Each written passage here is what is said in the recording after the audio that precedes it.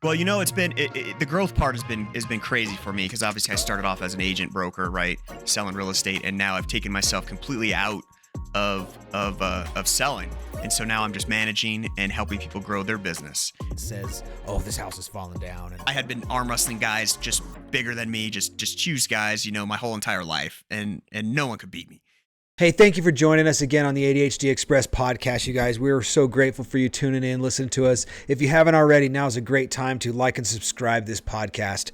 Today, our guest is Will Lambert. He's a real estate broker operating in multiple states. He's a professional arm wrestler, and he got his wife monetized on YouTube in 80 days.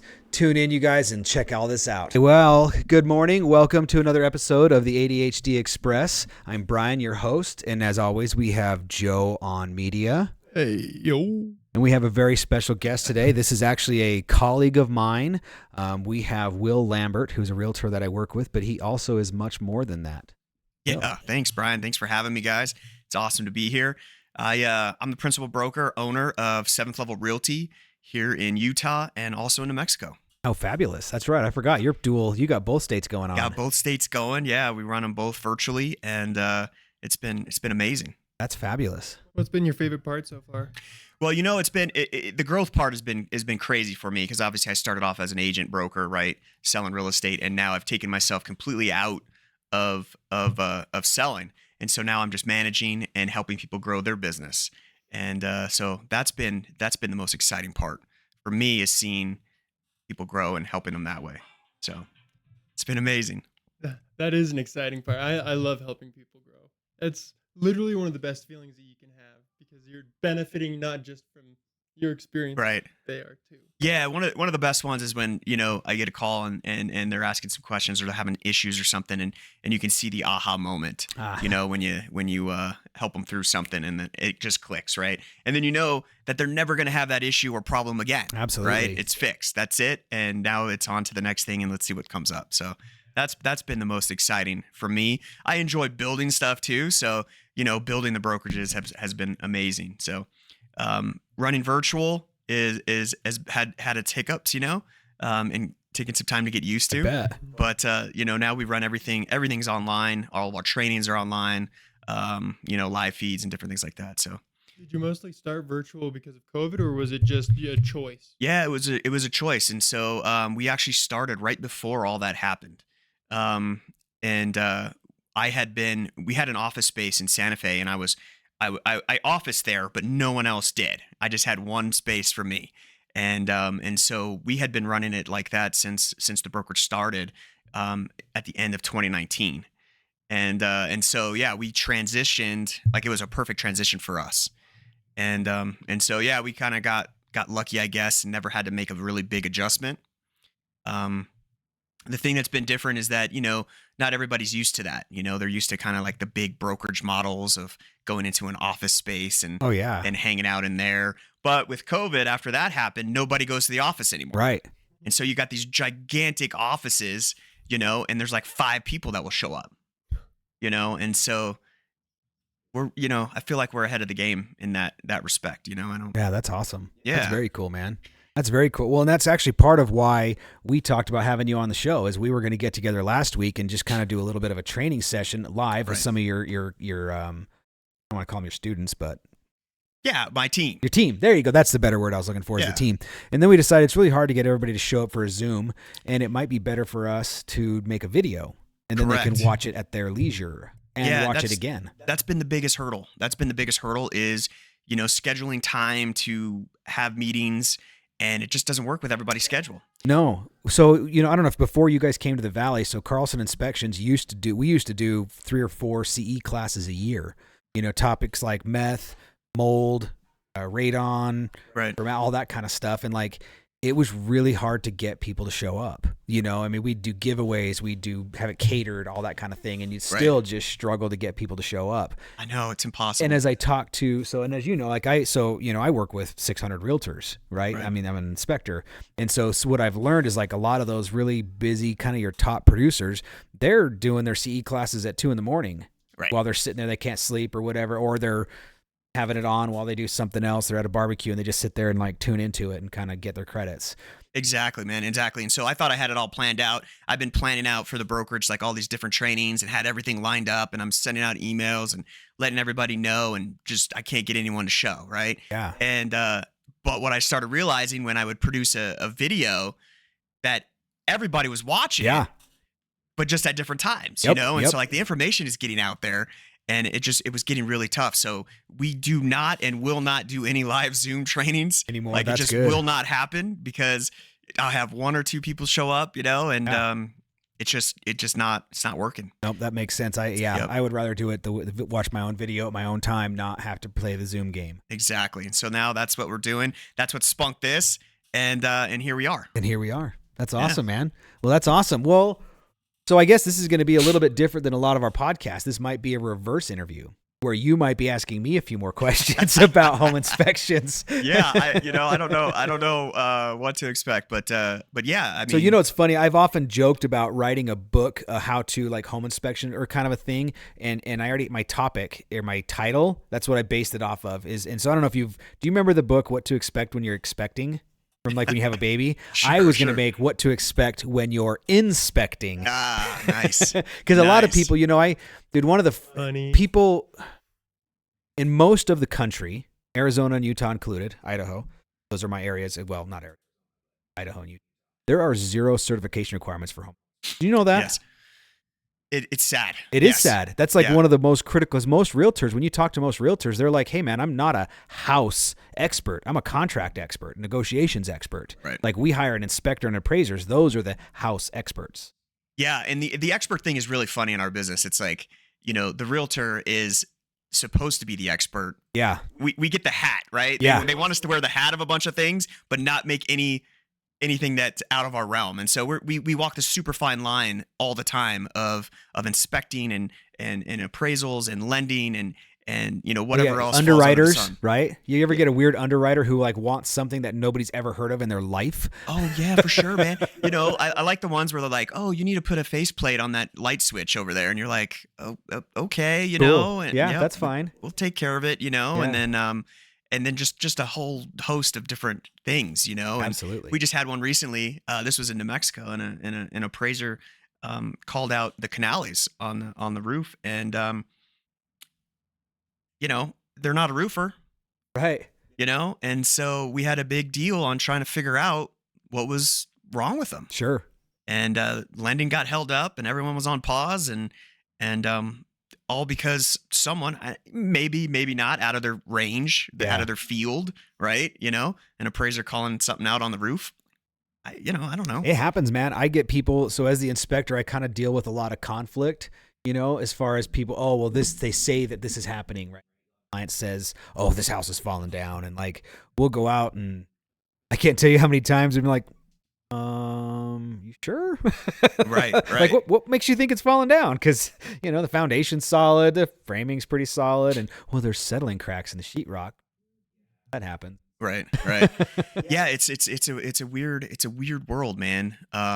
It's a weird world, and then there's so much emotion involved, and oh, dude, it's the most expensive purchase of most people's lives. Yeah, and you get these reports, and not to talk bad on on my inspector buddies, but sometimes we're looking at like an 80-page report on a house, and there might not be anything major, but when you give somebody an 80-page report, you're like, damn, there might be something wrong, and so I think that's an intimidating part of the inspection process is the delivery of the information and the size of the report.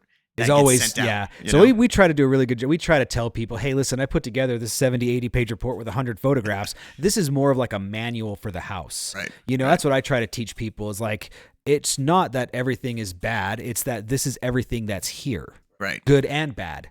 Yeah. And so that's been the biggest thing is like the delivery from the inspector to it's critical, the man. customer, absolutely. right, or client. It's absolutely critical. Yeah. The delivery of information is crazy. Well, and part of that is, and this what maybe. What method have you found is the best for that, by the way? What's that? What method have you found? So I was just going to say, I really like to, when I meet people, because I do new construction, I do 100-year-old homes, I do everything in between. And flipper houses are the worst. but we'll get into that's a whole other topic. But so I found that when I meet people and I tell them, hey, I did all this stuff, open and close doors, windows, cupboards, doors, test outlets, like blah, blah, blah, put together this huge report. I also like to tell them that I also like to tell them that, that there's no such thing as a perfect house. A house essentially I don't want to get into a semantical argument about a living, breathing creature, but a house is like a living, breathing creature in its own sense. Like it gets hot, it expands, it gets cold, it contracts, right? Now that's a really simplification of that process. But like, for example, it's 30 degrees outside right now. I promise you it's 70 degrees inside my house. Right. So now I have a 2x4 or a 2x6 wall that 2 inches of it is freezing cold and 2 inches of it is warm. And then I have a little bit in the middle that's trying to figure out what the hell to do. I got one side is expanding and one side is contracting. Right. And then you throw in years like here in Utah last year, we had a bad year. It was snow, like that melting and freezing and thawing that just tears apart the outside. Right. So you're going to just find those things, but every house has them. I go to a brand new home and I'm going to find cracks. I'm going to find something that got missed, or I'm going to find something that started leaking. Now and again, people are like, well, the plumber, he did a crappy job. No, he didn't. Expansion and contraction, right? All of a sudden you start running hot and cold water through these drains. You're using them every day. It happens. Yeah. That's always the interesting one for me is the new builds, new construction. Yeah. Like you have this sense of like, well, it's brand new. It's just been built, you know? And I've seen you go through a new build and find stuff, which is just amazing. Like it's just amazing to me that happens. Well, and stuff does happen. There's a friend of mine. He's a superintendent for a large contractor here in the Valley, and they're doing a big mixed use with some commercial buildings on the main floor and then 3 or 4 stories of apartments above it. And they had some issues getting it dried in. They had like windows not show up, like kind of a series of events, which ended up leaving this building soaking wet on the inside. And then all of a sudden they got it dried in, put the rubber on it, and it grew mold. Wow. Like a lot. And so I've been over there for now the last 2 weeks inspecting a new construction building that's like probably 30,000 square feet, if not more, for mold. Like looking at, and then every time I go through it, I'm just going through with a marker and we're documenting it, and they've got a crew of guys coming behind, treating it with a moldicide and cleaning it up. And I mean, I've been there like 3 times. Wow. And I still have to do all the reporting on it, and like, that's a brand new building. Now that contractor, like my hat is off to those people. That's one of our local companies, Ironwood, and they are doing everything they can to make that thing right. And as the third party inspector, like I have no ties to them. Sure. Like I'm just showing up to do a job, and like the fact that they're trying so hard to make it right is kind of like, hey, that's cool. So stuff's going to happen. I guess that's just stuff's going to happen even on a new house. Like you might meet the builder and he's the coolest, most intelligent, accurate, detailed guy out there. But guess what? He's not swinging every hammer.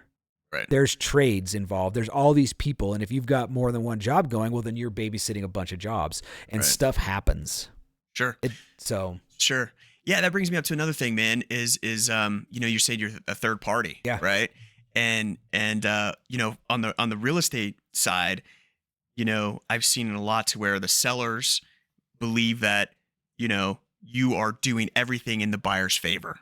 You know what I'm saying? Right. Right. Instead of being, down the middle, like here's just the house. We're going through the house to know all the information. They feel as though you're attacking them. Sure. Right. And you're on the buying side. Yeah. Of the transaction, right? Absolutely. And well, and some guys, I think, to be honest, to answer that, I think that happens a lot. Yeah. I think you get, and in fact, I can actually speak to that pretty accurately. So, and I'm going to try to think how to say this without throwing anybody under the bus. Yeah. So, across the board of most people and in most professions, I think integrity is something that is a very, very movable scale for a lot of folks.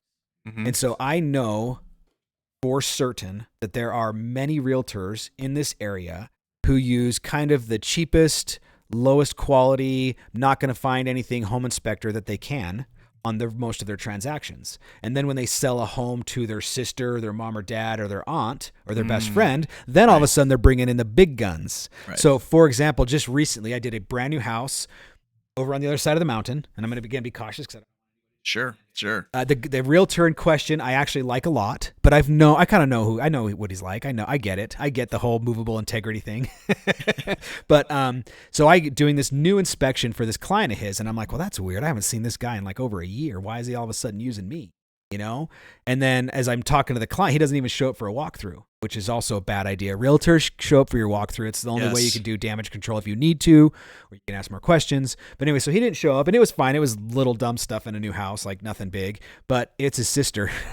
As soon as she's like, oh no, I'm his little sister. And I'm like, oh, that's why I'm here. Changes everything. It changes right? everything. Now all of a sudden he's like, no, you got to find everything. This is my sister. Right. But whereas if it's just a regular client, you found this dude online, you liked his reviews, well, guess what? You get commission breath.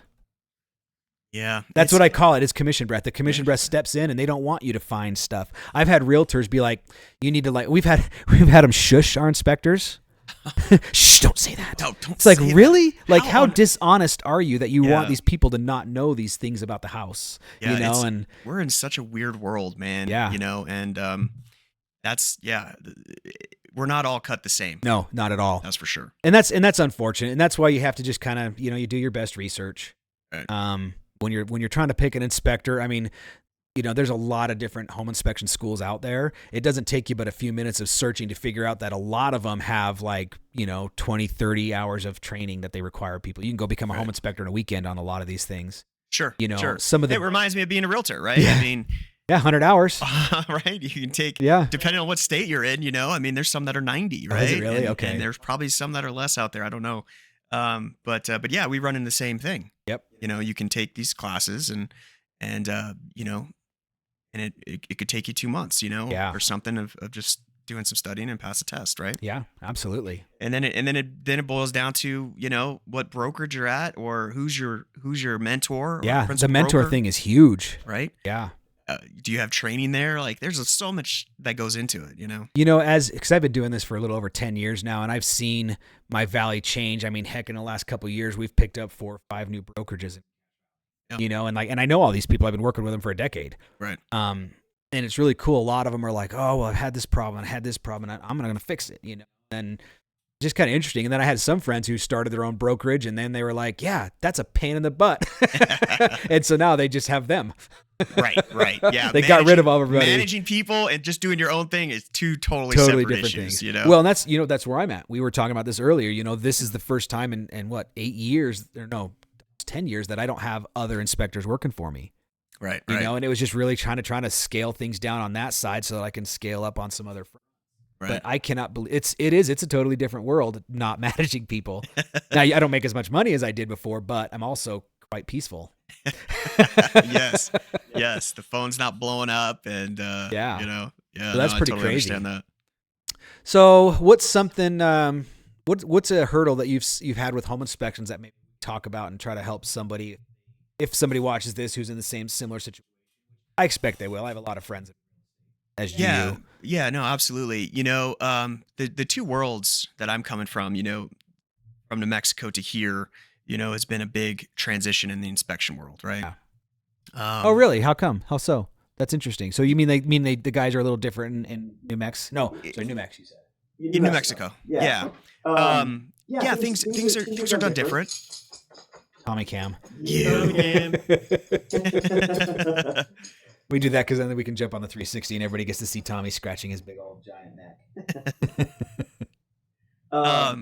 So the difference, again, everyone's cut different, right? Yep. There's different types of inspections. There's different inspectors, different classes. We have some really good inspectors, right? There's no doubt about it. We had a licensing thing that went through recently, to where inspectors had to be licensed. Oh, which really is, cool. I which didn't know great. that. Okay, that's new then. Did finally take that step. Very cool. I can't drop the date on you, but I could look it up. No, that's okay. I did because it wasn't the last time I had looked at it. It wasn't a thing. So that's new. That's great. Yeah, it's great, right? And they had been trying to work on it, and there was a couple that went early on and got licensed and stuff like that. But so that was awesome. The biggest shift for me coming out here, one was basements. Yeah. Right. Yep. That was a massive change, right? Yeah. Having to look into that. And then the other one, man, that caught me off guard. And you had done when we were moving out here, you had done our inspection for us on a house that we were going to Oh, purchase. that's right. I remember that. As Yeah. we were moving out, and I was asking about the different things that we could have done, and one of the things that came up was a meth test, Yeah. and I thought it was the craziest. I thought it was a joke at first. Oh, yeah. And then you of course told me that meth is not something that you test for, and in New Mexico we don't. Really? That's interesting. So I wonder if the laws prohibit it. Well, that's a good question, and I don't know the answer to that. But, I come from a place where they have Breaking Bad. Everywhere. Right? Yeah, no, actually, it is Breaking Bread. That's what it's based on in New Mexico. Yeah. Albuquerque, In right? Albuquerque. Yeah. That's Breaking Bad. And I'm like, we don't test for meth. Huh. That's interesting. I guess I am honestly kind of, because here, they've got the health departments have a law. Like if it's over 1 microgram per 100 square centimeters, they'll condemn your house. Well, not necessarily condemn, but the health department gets involved and you have to clean it. Right. And so I think at one time you told me, and you correct me if I'm wrong, but 1 in 10? Yeah. 1 in 10 houses in Utah is contaminated for meth.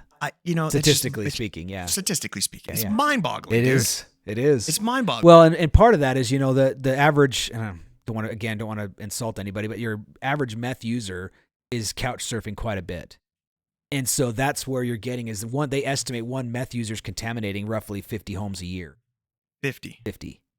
Just Yeah, because just from showing up at your house. Walking into your house. Yep. Well, no, they walk into your house and then they're like, "Oh, yeah, I just got to go to the bathroom real quick." They go in your bathroom and vape, so smoking meth it's a vaporless, colorless, odorless vapor. Like you would never know. You would never You know. would never know that they went in there and hotboxed your bathroom. Now, if your HVAC system is running, heating and air conditioning, right, it's sucking it through the whole house and then distributing it everywhere. Blowing it out. So that's kind of that's how they're doing it. Yeah. Or they can't surf at your house. Oh, I need somewhere to crash for tonight. Right. Yeah, and so that was a big, eye opener for me. Was the very first inspection that I had with you guys. Yep. And coming about to that, and then the other big thing that we have in New Mexico is we have nothing but flat roofs. Yeah. Everything is flat. Yep. And No so snow we loads. do a lot of issues on that as Yeah. well. Yep. And so And also probably some tile roofs, a lot of tile roofs. Yep. We got tile roofs, and so that had been the big thing. Like the inspections are the same, right? You're going through the house. It's just the type of home switch has been interesting. Yeah. Yeah. Interesting. A lot more stucco down there too. And here our stucco does terrible. Yeah, we nothing but stucco, right? Yeah. You do a overview look of the city, and it's all stucco, right? All stucco. Because it lasts great there. It's a great product for that environment. Yeah, and then we've been seeing some elastomeric stucco and kind of the stretchy stuff and Yeah. that kind of stuff coming in bigger, and then there's a debate on what's better, regular stucco or EFIS. Yeah. yeah, and so it just like anything else, you're always trying to figure out what works best, Yeah, absolutely. Absolutely. Yeah, so I think that's been the biggest thing is just the different types of homes, Yep. Well, and here you have a different type of damage. You got freeze and water damage that you wouldn't deal with there. Right, and then it's one of the first times I've ever seen heat tape. Yep.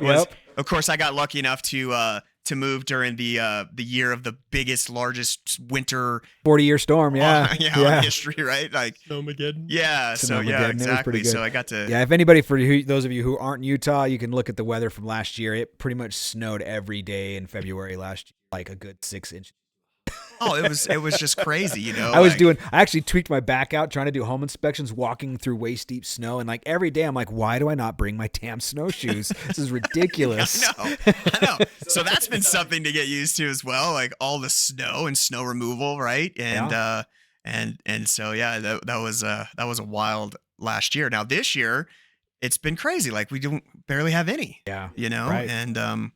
And so it's been pretty wild, but yeah, the types of homes was my biggest thing. I think dealing with the clients are the same no matter where you're at, coming up and trying to work through any issues that pop up, I think delivery is huge on all fronts, right? Sure it is. Yeah. And, working together. Working together to and that's get actually through something it, I think I could probably speak on as well. I've had a lot of over the years, I've had a poorly responding realtor cause all kinds of conflict. Mm. Something that I would challenge you guys to the people who are watch this for a training thing is try to avoid, oh, the inspector should have caught that. You don't know. Like, let's take a minute and see. Now, I'm not saying that guys don't miss stuff for sure, but like a lot of times I've had people say, well, the inspector should have caught that. And it's one of those things like, absolutely not. That room was full of furniture and junk and you couldn't see anything in there. Like, how are you supposed to find that? Or for example, people will go and I had a guy who it's actually a lawsuit, but the dude basically, it was a completely finished, fully furnished basement. Well, the second they take ownership, gutted it down to concrete and found all kinds of mold and dry rot and problems, right, and wanted to be upset with me. And he sends me pictures. He's like, look at everything you missed. And I'm like, that doesn't look like the same house, because the house I saw had carpet and wood paneling on the walls. And so none of that stuff was visible, you know? And kind of got in a little bit of an argument with the guy. And I'm just like, so did you know that damage was there before you ripped the walls down? He goes, well, no. I'm like, well, how come? If I was supposed to know the damage was there before you ripped the walls down, how come you didn't? Right. Like, I don't understand that. And that's kind of one of those things, right? And in that one, the realtors actually handled it pretty well. Mm-hmm. It still ended up being a lawsuit situation, but that's more of the personality involved than any actual wrongdoing. But either way. And it's funny. Actually, that was one of those. It was, anyways. Because they all still live here, so I got to be careful. But like, they were both kind of difficult to deal with. Absolute kind of the diva mentality, titled, all that kind of a thing. I had made a note on the paperwork. These two idiots are going to sue each other. I had to submit that to the lawyers, dude. Oh no. Oh no. You called it. I totally called it. I was just like, these idiots. They both were just, making mountains out of molehills. Right. Neither dude wants to back down, so he's going to get more offended over you know what I'm saying? Just sure. Everything that's kind of wrong with our country at the moment. People trying to make everybody else at fault for something. Sure. Like, this is a house. Too much ego this is like a 50-year-old house. Right. Like, come on, man. Like, they put the damn wood paneling to cover the damaged sheetrock, obviously. Like, now you know that. Like, right. And that wasn't these people. It was the people before them. So these people had no idea that the damage was going up. Yeah, and that brings in another snowball effect is the disclosure issues. Disclosures. Man, that's a nasty one. That's a whole nother disclosed. segment. And why don't? Because I guess what I don't understand is why they would I've been pushing for the whole pre-listing inspection, where somebody hires the inspector to go out, do the inspection before you even list the home, and then you write out your due diligence, you write out your not your due diligence, your seller's disclosures as best you can, and then you write see inspection report, provide the report, and then you're covered. How do you feel about them providing the report? If they you don't have paid any for weird licensing thing or anything like that? No, I don't care. I mean, I have confidentiality stuff all over it, so like they can provide it. But I guess so. The only thing is,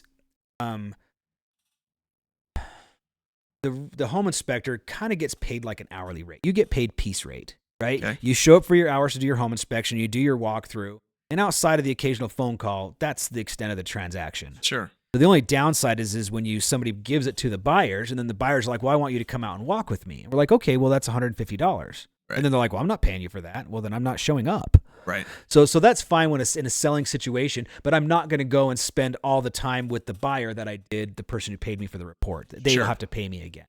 Yeah, and that makes sense. I mean, I've always been, listen, I paid for the report. Yep. I've never bought anything and then not been able to do whatever the heck I want to do with it. Right? Yeah. And so that throws me off sometimes. Well, and a lot of those confidentiality stuff, that is actually for me. Yeah. So the reason that I put all the confidentiality in the report is so that somebody else who gets that report and then they're like, well, hey, I just wanted to ask you all these questions, be like, oh, that's not your report. Right. And I just won't answer their questions. Yeah. Until you who paid for it says, hey, I would like you to deal with them. And then I'm still going to charge them because otherwise it's hours out of my day. Sure. And I know and again, you always get, not always, on your more kind of unprofessional realtors, you get the pushback, well, I've got to be here. I'm like, yeah, I also don't make 3% of the transaction, buddy. I make $400. Allegedly Alleged 3%. True. I know that there's always like a little bit of a. Allegedly. That's for everybody out there listening. Allegedly. 3%. We're not sure what the contract reads, right? Gotcha. That's right. They're all different. Definitely. This is Joe doesn't know about the whole Keller Williams is that what you're talking about? Is that lawsuit thing? I'm talking about all the lawsuits that are happening across the country and what's going on with different that? states. Basically, people are getting together saying that that was in Detroit, wasn't it? Chicago. The first one? Yeah, that big one with Keller Williams. They were basically saying that the agents are colluding to drive the prices up. Yeah, the National Association of Realtors, without getting too far in the weeds, It's the ADHD. National We can go as Association. far in the weeds as we want. Yeah, well, this one's in the weeds for sure. Yeah. The National Association of Realtors is under the gun, and some other large companies, or some of them are saying price fixing, right? Um, Antitrust issues on commissions, and so that's been a huge deal that's happening right now. Like I said, that, I mean, we can really Yeah. Well, dive we into know. that. We I can, mean, it's a nasty one. and I of can't what's speak with happening. any intelligence on it, so we probably ought not. Yeah.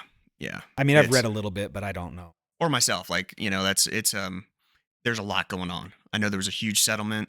I know that right now there's like 20 some states, Jumping on board. Utah included, is being sued right now. As far as they're taking NAR. So what they do is they take the National Association of Realtors, then they take that state association, and then they take some monster companies under it, right? Yep. For the lawsuit. So there's a lot of stuff happening with that. I follow it. I couldn't quote anything or anything like that. Well, and that's honestly, it's something that's been near and dear to me. You know, I have a friend of mine who loves to tote his anti-Trump stuff, and all he ever does is like verbally attack me with some other, thing that he's been programmed to feel and to say. And like, yeah. And it's really hard right now is a hard time because there's so much information about everything.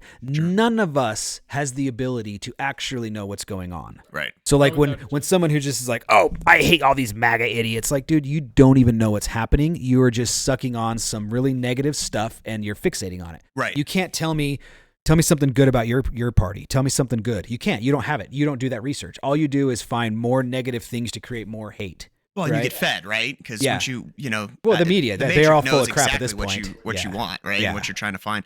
And so I always try to bring it back to like, okay, you feel strongly about something, whatever that may be. Ask yourself why. Right. Why do you feel so strongly about that?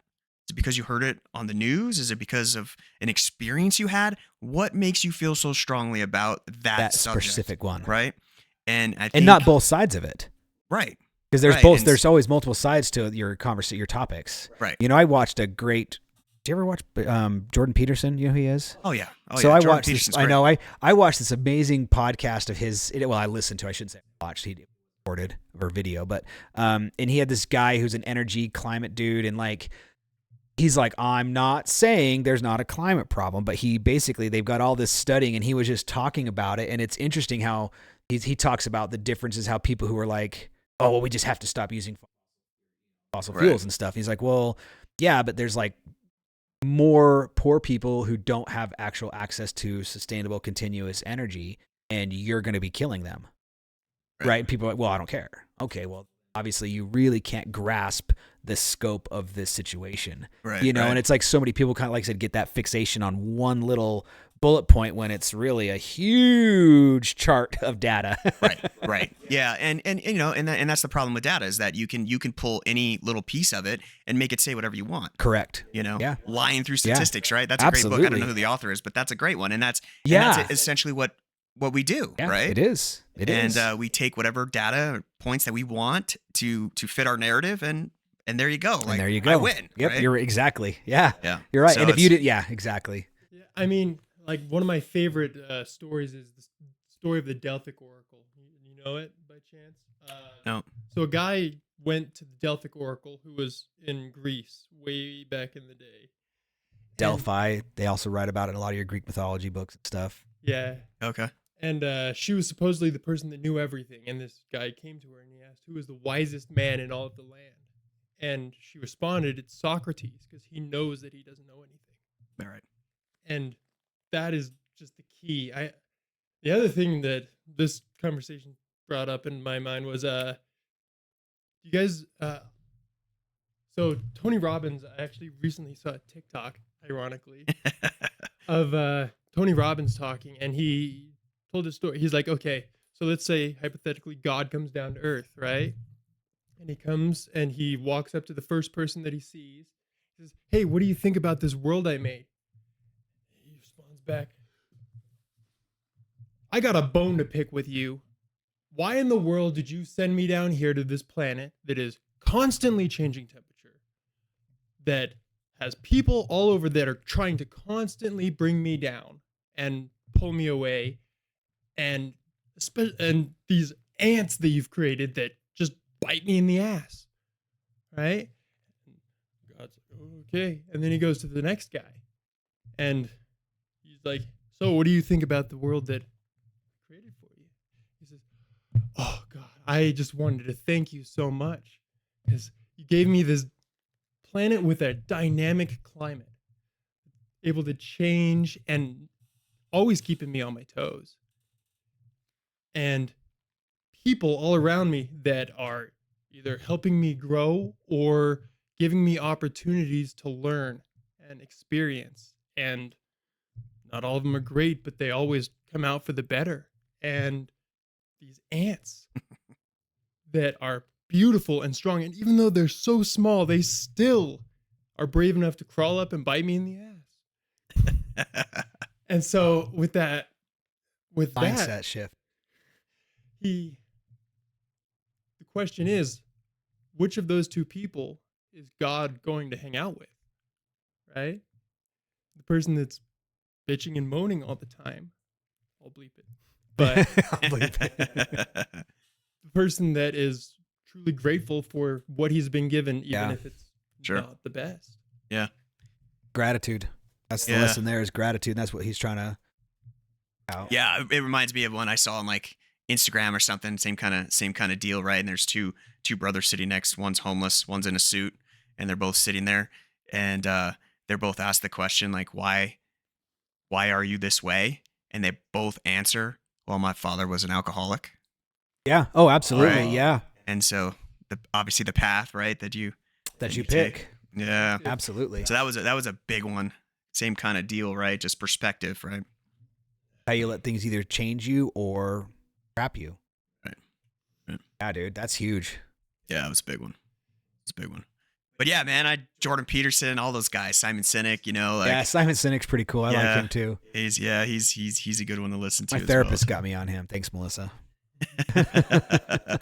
Yeah, Simon. I've been listening to Simon for a long time. I go through like cycles, of different guys depending on like what I'm looking for during that time of life or business. What you're going through, maybe. Yeah, and then I circle back because I'm at a different point in my life, right? So like when I go back and do Simon Sinek again, like I pick stuff up differently. Oh yeah, or for sure. Analyze it differently, or I'm like, oh, that makes sense now. When before it didn't, kind of thing.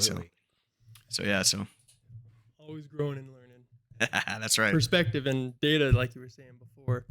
I was just thinking of something. I don't know. Nothing you said triggered this, but something just triggered this. This is a training moment for your realtors. Okay, so one thing that we have found, I literally don't know where. This is why it's ADHD Express. Mm-hmm. There's a roofing company out there, Tamco Shingles, right? Over COVID, they had a whole lot of issues come up, and they have had to warranty lots and put on in 2022. Okay. So my roof, in fact, is one of. I had to replace. It's 3 years old. Wow. So I found 3 of those here in the last 2 weeks. Almost brand new houses when I come up, and there's like a mound annual. Wow. It's crazy. Defect in the material? Yeah, something probably the way it was.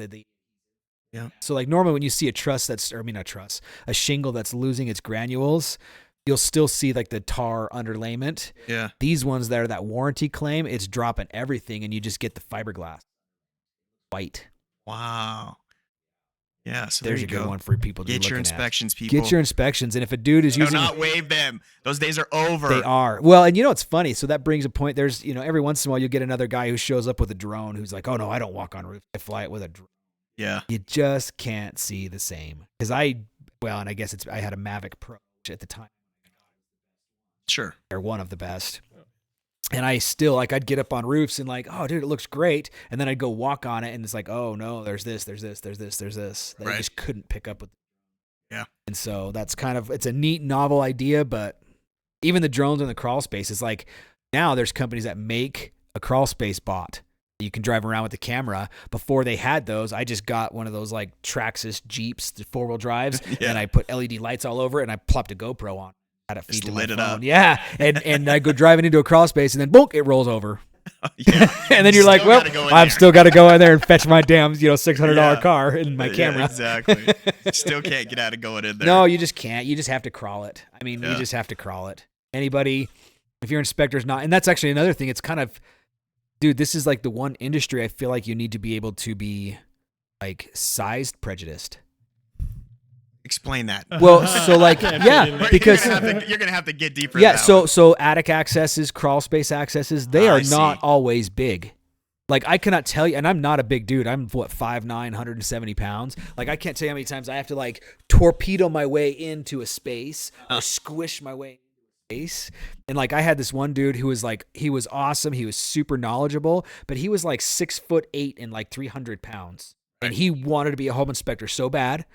And he ended up going through a couple of homes, and he hired me for each one. And he looked like he was kind of maybe trying to do a little training with me because he'd always show up. But like most of them, he couldn't fit in the attic access. He couldn't get in the crawl space. We walked on the roof, and he's like, "Oh, I think all the sheeting is bad on this roof." And he's like, and I'm like, "Bro, you're 300 pounds. It's 1/2-inch OSB plywood. It flexes under my 180, my 170." Right, You know, right. and like Yeah. he grabbed this toilet. So one of the ways we check a toilet to make sure it's not loose is you stand over it, you kind of hold the tank with your knees, and you give a gentle wiggle, right? And if it's a loose toilet, it wobbles. Well, this dude's like over there breaking seals on every toilet. And he's got so much leverage, and he just goes, and you can hear it. Tink, crack, pop, and then he's like, "Oh, this is really loose." And I'm like, "What's in a minute, yo?" Like, and he'll say the same thing. The plywood is giving around this toilet, and I'm like, "No, it's not, bro." You're enormous. Wow. He really wanted to work for me, and like I said, I loved his personality. As far as a person goes, there's nothing wrong with that man. He's awesome.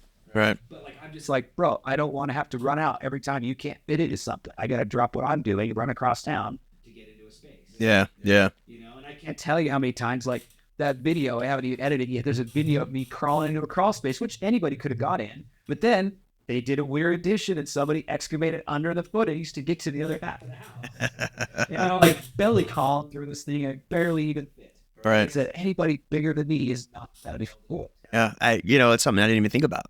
You know. The guy Deshy was also because he's even smaller than I was. The woman that we hired was smaller than I was. Yeah. You know, like those were good. Those people could get in places. Right. Right. That makes sense. Makes sense. I mean, gosh, when Sawyer he bought the King's building up there on Main Street, Preston. That's one of our clients. The guy who owns Crumble Cookie.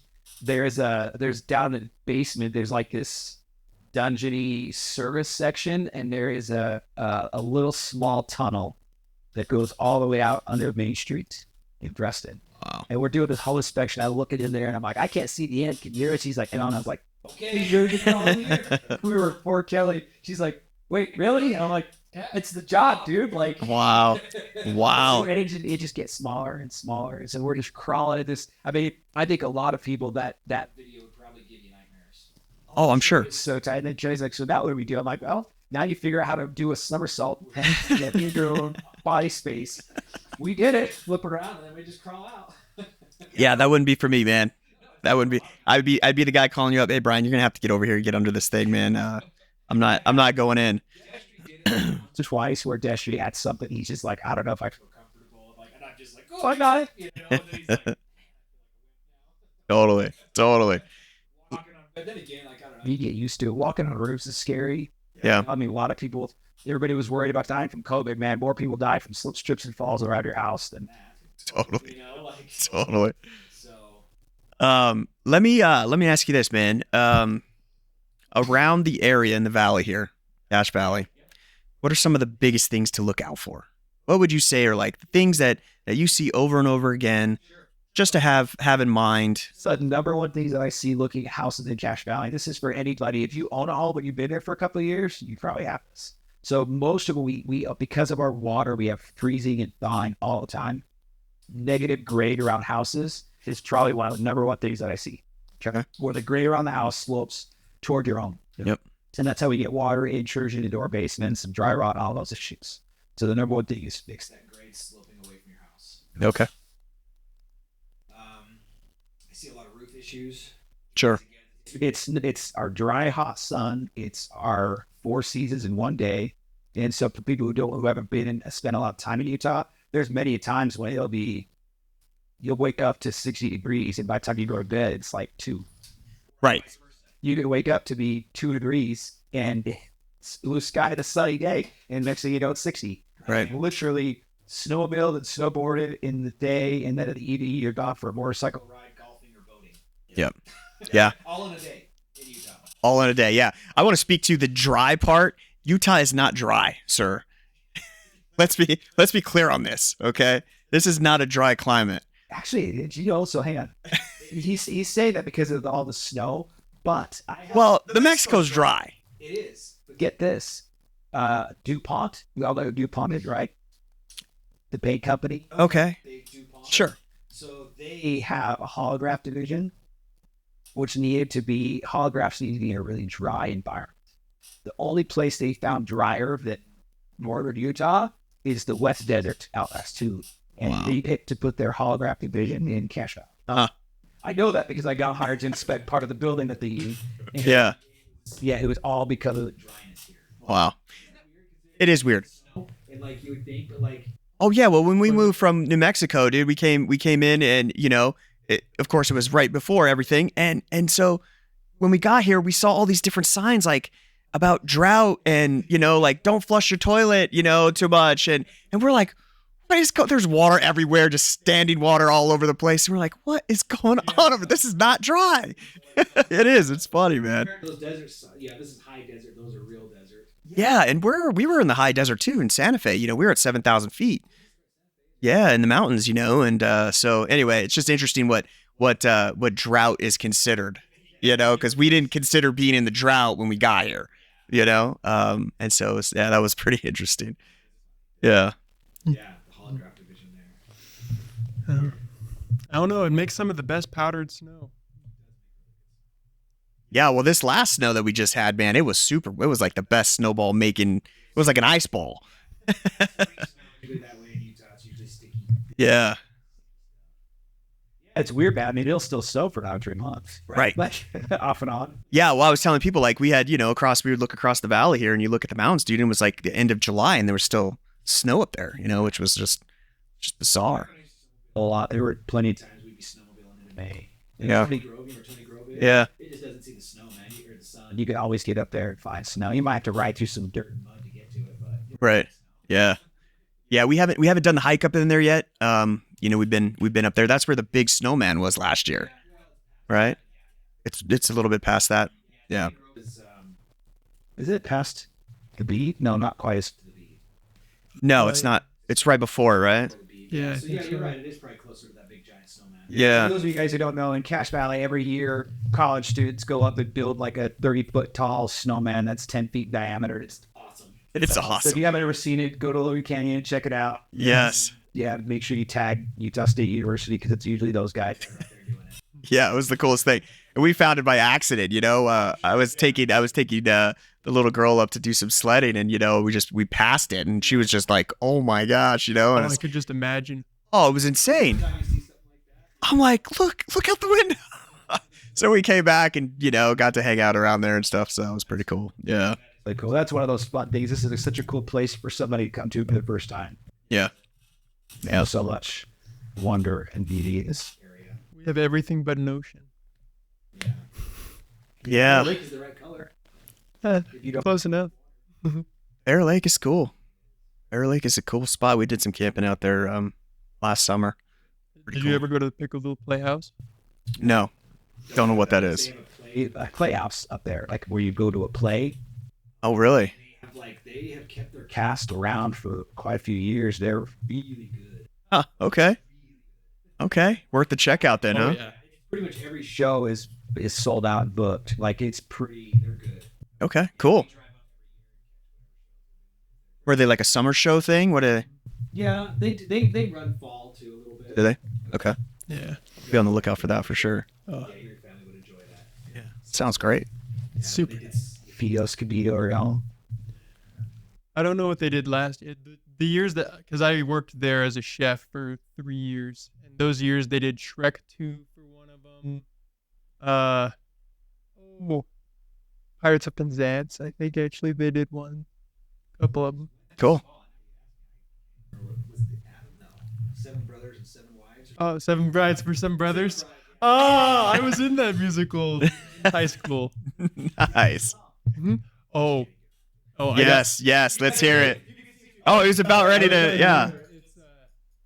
Oh, that one wasn't any of my favorite. My favorite one was I was in Beauty and the Beast. So Okay. I'll throw that one out there. Right from the moment when I met her, saw her, I said she's gorgeous and I fell. Here in town there's only she who is beautiful as me. So I'm making plans to woo and marry Belle. I was his understudy. Nice. Yeah. Wow, dude. That was great, man. Right on cue, man. I love talking with Joe. He's done a lot of fun stuff. You got to keep the ADHD fed. Funny, so that is actually why home inspection works so good for me.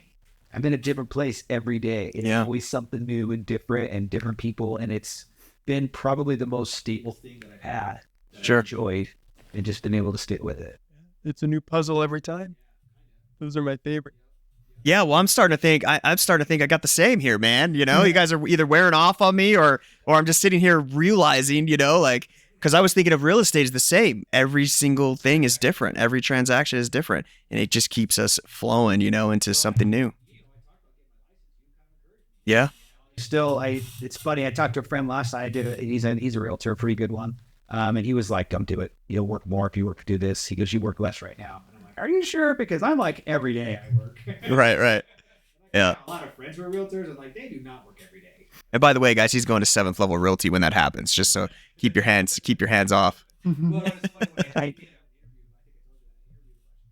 Yeah. It was really flattering to have some of these clients that I've worked with as their inspectors say, "Hey, come work." Right. Oh, I'm sure. I appreciate that a lot. So for everybody who invited me to come at their brokerage, thank you. Yeah. Sweet. Yeah. But no, I started taking that class and then I just stopped. Actually, I started doing all this stuff. And then I got into the Brockshire adventure thing and we do snow biking tours now. Right. So it's kind of like, well, we're going to give these all a shot, see how they work. Well, We did something different and adventurous. So I think this is going to be it. well, I tell you, man, this is awesome idea, man, and you know, it's something that I'm into because it's like, again, it's different every time. You know, it's a different conversation, and you know, Talk about you looking for someplace to film and like, you're welcome to come in here. This stuff is always here. We can get you set up with a computer. You can use mine and come and do content right here if you're, you know, some of these backdrop for you. yeah, no, man, it'd be really cool. I was even thinking about, you know, trying to set up something. You know, I'd love to come back. By the way, just so you guys know, I'd love to be back on. You know, we'll just figure out, you know, and go from there. But I'd like to be able to set up. I want an at-home system, right? And I very small corner, my office. You know, I want some really cool lighting behind me, like cool backdrop that's just the same every time, and I can just walk in there, turn it on, and go. You know, and wear my shorts and just have a shirt on. You know, like a nice shirt, and pull off like a Mr. Wonderful look. You know, or something. And so that's my ideal goal, was to have that just in-house, to where any inspiration I can just go in there and record something, you know? And so, but no, I would love to, I definitely would love to come back and chat about whatever we're talking about. I even figured I was looking at this pile of wood over here. I got to finish this table for my mom. Like maybe one day we don't have a guest, we'll just start building some furniture. It is still a wood shop. Yeah. Maybe next time we'll talk about, I don't know, arm wrestling or politics or. Yeah. So actually that's something he's a semi-pro arm wrestler. Okay, no. How'd you get into that? Well, first of all, I'm going to clean this up really quick. This semi. I was not recording.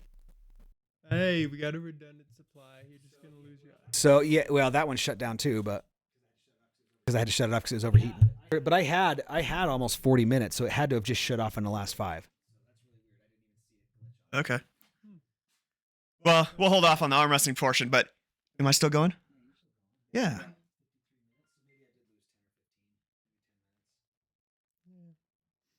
Figured out. Take the semi-pro shit out next time, okay? Is it? Are you pro? Or Hell you? yeah, man. Okay, I'm sorry, I forgot. I You didn't think know. I'm screwing around with this, dude? I don't think you're screwing around. Yeah, he Are- is pro. Are you He is like the pro. And I'm back now. He lost all my recording there for a minute. Sorry, whatever you missed, and audio be garbage. what was it? the. Oh, let's see if you know it. Oh, I know it. Da, da, Right where you're da. going with it. Stallone in his prime, man. Yeah. Over the top. Over the Top. That's what it is. I couldn't remember the name of it. Of course, man.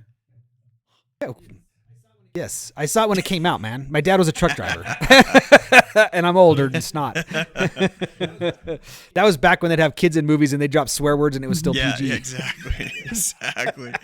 Yes. Was that your inspiration, or where'd you start? No. I started arm wrestling in high school when I was young. I was always small, and so I got into weightlifting young. Be strong, to kind of Sure. offset, how short I Right, was. being short.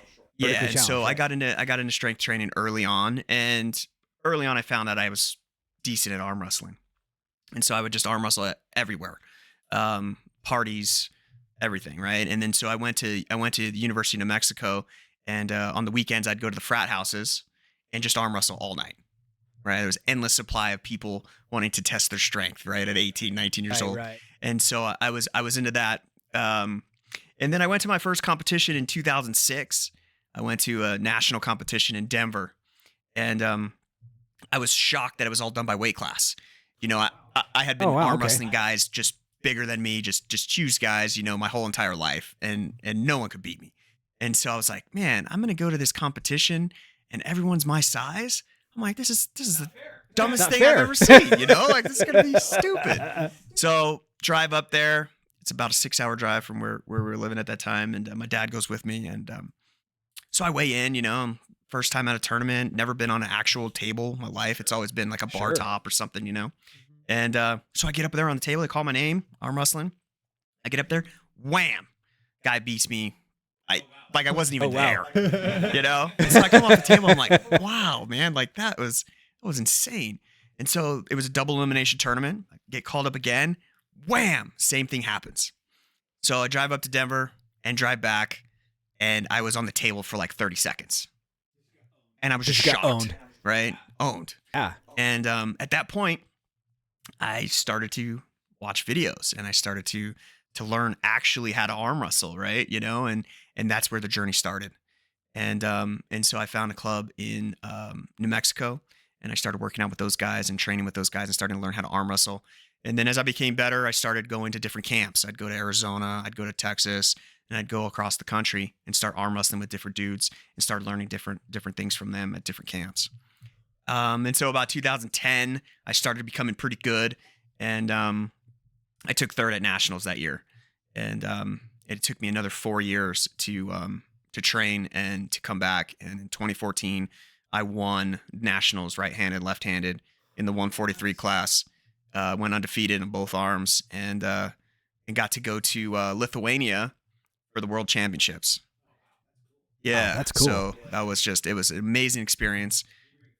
You bring your family with you? Well, I guess you probably didn't have your daughter. Did you bring? Well, she wasn't my wife at the time. Oh, okay, so no, you did not. We got engaged right before it, and she did go with me. Yeah. Okay. Amy and I, we spent like 9 or 10 days in Vilnius, Lithuania, for the World Arm Wrestling Championships. Wow. So it was just an incredible experience.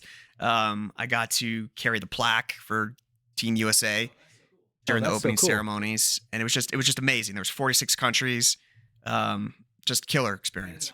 Yeah, That is awesome. Yeah. I remember telling you, I had a neighbor who went. yeah. Well, name drop. Jody Yeah, right. Asper. And you were talking about Cody Merritt. Right. Yeah. In Mendon, right? Yeah. So, and Yep. yeah, actually, I just saw him over the weekend we were down at an arm wrestling event, and but yeah, so awesome experience. I ended up winning one match, left-handed. Okay. I beat a guy from Poland. I can't remember his name. But so I did get a win at Worlds, which is amazing. And it was funny because like you walk into these things and you're like, who at the point I was at, I was like, who do I not want to arm wrestle?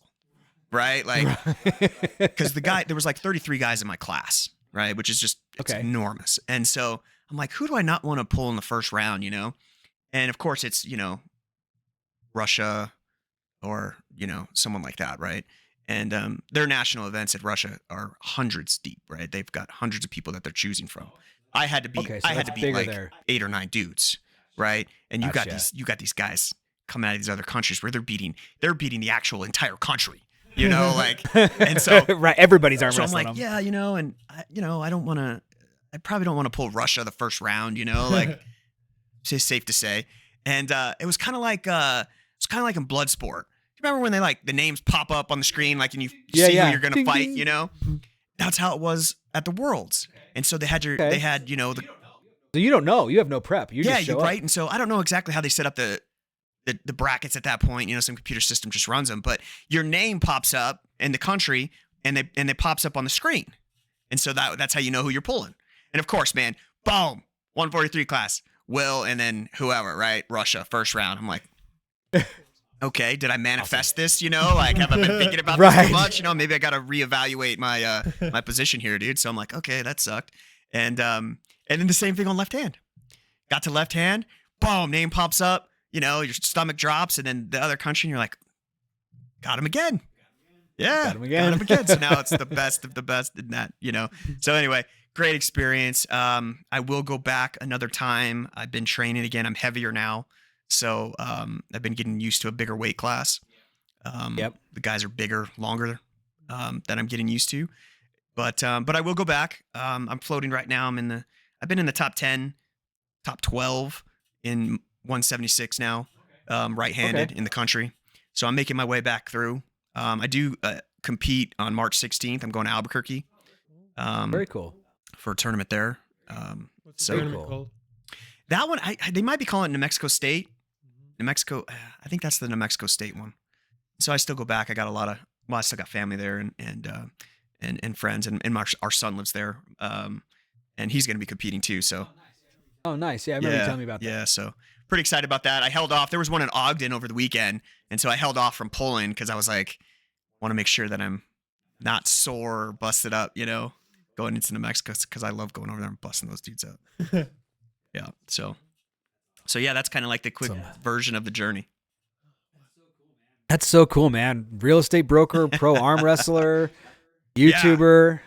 ADHD awesome. Express, baby. ADHD Express, man. He fits in. He's definitely going to have to come back on the show. Absolutely. So you guys, that's a great time for me to point out. If you guys love what you're seeing, if you even like it a little bit, or even if you hate it, give us a like, a subscribe, leave a comment, even if you don't like my haircut or whatever.